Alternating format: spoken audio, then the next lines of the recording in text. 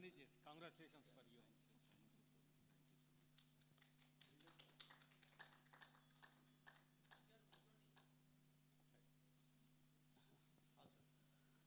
मैं तहे दिल से शुक्रिया अदा करता हूं प्रेम कुमार जी का, जिन्होंने मुझे कंटिन्यूसली फ़ोन करके इस कार्यक्रम में उपस्थित रहने के लिए आमंत्रित किया।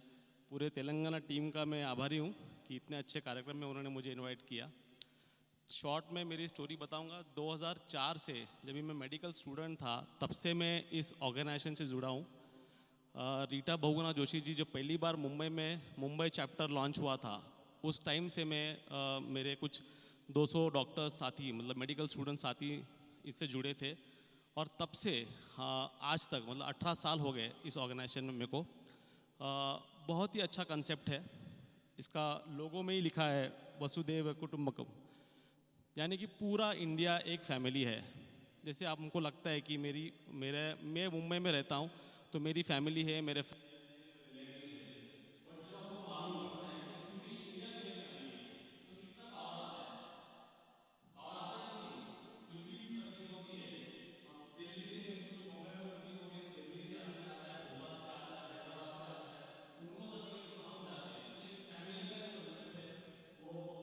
सब में, सब युवाओं में वो प्रचार करके जोड़ा है। मैं सभी युवाओं को कहना चाहता हूँ कि बहुत ही अच्छा ऑर्गेनाइजेशन है, बहुत इसमें ऊर्जा है, आप जुड़िए। हमने जब भी सोसाइटी में जब भी ज़रूरत पड़ी है, वो फिर हेल्थ का हो या जब भी तकलीफ़ हो, हमने एक साथ होके एक मोर्चा खड़ा हमेशा किया है। जब भी मुंबई में टेररिस्ट अटैक हुआ था, तभी हमने अवेयरनेस वर्ल्ड ट्रेड सेंटर के एसोसिएशन में और मुंबई यूनिवर्सिटी ने बहुत बड़ा कार्यक्रम किया था। 10,000 लोगों ने उसको अटेंड किया था और कम से कम 7 से 8 स्टेट्स के सीएम, मुख्यमंत्री उस कार्यक्रम में आए थे। हेल्थ सेक्टर में अभी कोविड में हमने कोविड कैंप लगाया था। जब लोग डरे हुए थे, जब लोग मर रहे थे, लोगों को मेडिसिन नहीं मिल रहा था, तभी राष्ट्रीय योग परिषद के माध्यम से हमने कोविड कैंप लगाया था। कुछ कुछ मजबूरी हमारी पर्सनल भी थी। मैं हूँ डॉक्टर, मेरी भी कुछ प्रॉपर्टी है, कुछ पैसा है, लेकिन उस टाइम ऐसा था कि फाइनेंशियल कंडीशन भी नहीं थी। ये एक ऑर्गेनाइजेशन ऐसी है जो पैसे पे नहीं चलती है। मैंने अपना खुद का प्रॉपर्टी बेच के लोगों के लिए वो कैंप लगाया। मेरा फार्म हाउस था, घर तो बेच नहीं पाया, लेकिन फार्म हाउस था तो मैंने अपना फार्म हाउस दाव पे लगाया, क्योंकि लोग वहाँ मर रहे थे। क्या काम का उस फार्म हाउस का, जब लोग मेरे सामने मर रहे तो मैंने अपना फार्म हाउस बेच के वो लोगों के कैंप लगाया, लोगों को मेडिसिन दिया। मेरी पूरी टीम पॉजिटिव आ गई। उसके बाद भी हमने वो कैंप छोड़ा नहीं। हमने कंटिन्यूसली लोगों को ट्रीटमेंट दिया है। कोविड के काल में कोविड ख़त्म हुआ तो बच्चों का वैक्सीनेशन जब भी आया, 8,000 बच्चों को हमने फ्री वैक्सीनेशन दिया है राष्ट्रीय परिषद के माध्यम से। और ऐसी कई गवर्नमेंट्स की स्कीम है जो हम लोगों तक पहुंचाते हैं। तो राष्ट्रीय परिषद के माध्यम से जितना हो सके हम युवाओं को प्रेरित करते हैं। और आज किसी कारण से रीटा जी इस कार्यक्रम को अटेंड नहीं कर पाए, उनकी हेल्थ ठीक नहीं है इसलिए, वरना वो हमारी इंस्पिरेशन है, इस ऑर्गेनाइजेशन की वो संरक्षक है। और उन्होंने एक बच्चे को कैसा मेंटर करते हैं उस तरह से, मतलब मैं तो 18 साल से हूँ, उस तरह से उन्होंने मेंटर करते हुए आज 18 साल से हमको ये पोजीशन पे लाया है।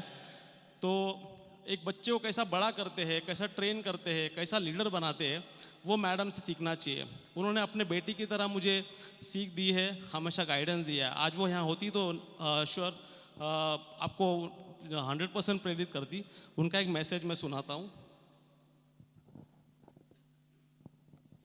माननीय राज्यपाल तेलंगाना, अखिल भारतीय राष्ट्रीय परिषद के अध्यक्ष श्री नरेंद्र माथुर जी, दक्षिण भारत के प्रभारी श्री प्रेम कुमार जी, मंचस्थ सभी विशिष्ट अतिथिगण, पदाधिकारीगण और समक्ष बैठे हुए बहुत ही सम्मानित, बहुत ही इज्जतदार हमारे सभी मेहमान, मैं रीता बहुगुणा जोशी आपको बधाई देना चाहती हूँ कि राष्ट्रीय परिषद ने 50 वर्ष अपने जीवन की अपनी यात्रा के पूर्ण किए हैं।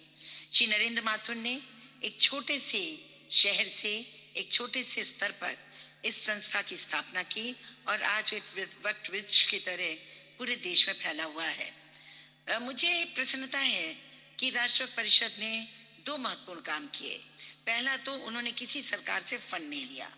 दूसरा, उन्होंने सुभाष चंद्र बोस और स्वामी विवेकानंद के सिद्धांतों को, उनकी बातों को युवाओं के बीच में प्रचारित करने का काम किया। हम सब जानते हैं कि जहाँ स्वामी विवेकानंद भारतीय एकता के और अखंडता के प्रतीक हैं, उनके सारी फिलॉसफी इसी बात पर आधारित थी कि विश्व कुटुंबकम है, और जैसा उन्होंने अमेरिका में जाकर पूरे विश्व को बांधने की कोशिश की, वह इतिहास के पन्नों में स्वर्ण अक्षरों से लिखा गया है। हमें भी उनके चिन्हों पे चलकर सौहार्द कायम करना है, सौहार्द रखना है और देश में एकता स्थापित करनी है। हमारे देशवासी इतने राष्ट्रभक्त हैं कि अगर कोई पड़ोसी या कोई विदेशी शक्ति हमारी ओर टेढ़ी आंख करता है तो पूरा मुल्क एक होकर खड़ा हो जाता है। इसी तरह सुभाष चंद्र बोस जी ने भारत के स्वतंत्रता के आंदोलन को बहुत आगे बढ़ाया था। उन्होंने भी भारत के स्वतंत्रता आंदोलन के विषय को विश्व क्षितिज पर रखा और उनकी जो सैक्रिफाइसेस हैं वह निश्चित रूप से हम सब के लिए प्रेरणा का स्रोत है। आज के युवा को जो कि बहुत ही प्रतिभाशाली है, इन बातों को बताना, उनको स्मरण दिलाना, उनके बारे में चर्चा करना, ये बहुत अच्छी बात है। इसके अलावा जो बहुत सारे अच्छे काम, सामाजिक काम इस संस्था ने किए हैं, विभिन्न सेक्टर्स में सोशल वर्क किया है, उसके लिए भी हम राष्ट्रीय युवक परिषद को बधाई देते हैं। मैं इसकी संरक्षिका हूँ, आपके बीच में मुझे होना चाहिए, परंतु कुछ अस्वस्थता के कारण मैं वहाँ उपस्थित नहीं हो पा रही हूँ, लेकिन मेरी शुभकामनाएं इस संस्था के साथ हैं और मुझे पूर्ण विश्वास है कि भविष्य में भी ये इसी तरह अच्छे काम करेंगे। मैं उन सभी अध्यक्षों को जो अलग अलग प्रदेशों से आए हैं उनको अपनी शुभकामनाएं देती हूँ और निश्चित रूप से आपके बीच में शीघ्र उपस्थित होंगी।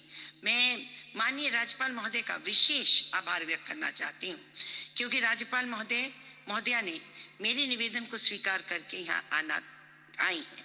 वो पौंडीचेरी में थी, केवल इस कार्यक्रम के लिए वापस लौटी हैं, तो मैं उनको विशेष रूप से अपना आभार व्यक्त करती हूँ और इस बात के लिए क्षमा चाहूँगी कि मैं वहाँ उपस्थित नहीं हो पाई। इन्हीं शब्दों के साथ मैं एक बार पुनः आज की संगोष्ठी को, आज के कार्यक्रम की सफलता के लिए की मनोकामना करती हूँ। धन्यवाद। जय हिंद। आप सभी ने रीटा जी का मैसेज सुन ही लिया। हाँ, मेरे ख्याल से मैसेज से मेरे ख्याल तक जो कमी थी कार्यक्रम की वो पूरी हो गई है। काफ़ी इंस्पिरेशनल है रीटा जी, वो होती तो आई एम श्योर थोड़ा सा और ज़्यादा इम्पैक्ट पड़ता, लेकिन जो मैसेज उन्होंने दिया है आई थिंक युवा जो यहाँ प्रेजेंट है वो इंस्पायर्ड होंगे। मेरे से युवा जो 18 साल से इस ऑर्गेनाइजेशन से जुड़े हैं, मैं ये सोचता हूँ कि जैसे रीटा जी को देख के, माथुर जी को देख के मैं इंस्पायर्ड हुआ हूँ। मैं अपने क्षेत्र में, मैं किसी पॉलिटिकल पार्टी से बिलोंग नहीं करता हूँ, मैं अपने क्षेत्र में जितना मेरे से हो सके सोसाइटी के लिए, मेरे कुटुंब के लिए, पूरा देश मेरा कुटुंब है, जितना हो सके मैं उतना करता हूँ। जहाँ नहीं हो सका मैंने एक्स्ट्रा एफर्ट भी लिया है। डॉक्टर तो पेशे से हूँ, तो मैं मेडिकल लोग एक्सपेक्ट करते हैं कि कुछ हेल्प ज़्यादा कर सकते हैं, कोविड में तो काफ़ी हेल्प हुआ है। उसी तरह मैं सोचता हूँ कि आने वाले पीढ़ी जो युवा यहाँ बैठे हैं, आगे जाके इसका मशाल आपको कंटिन्यू करे, ताकि 50 नहीं 100वें साल पे शायद माथुर जी रहे, मैं रहूँ नहीं रहूँ, लेकिन मशाल चलती रहनी चाहिए। यही कह के मैंने 2 शब्द ख़त्म करता हूँ। Thank you.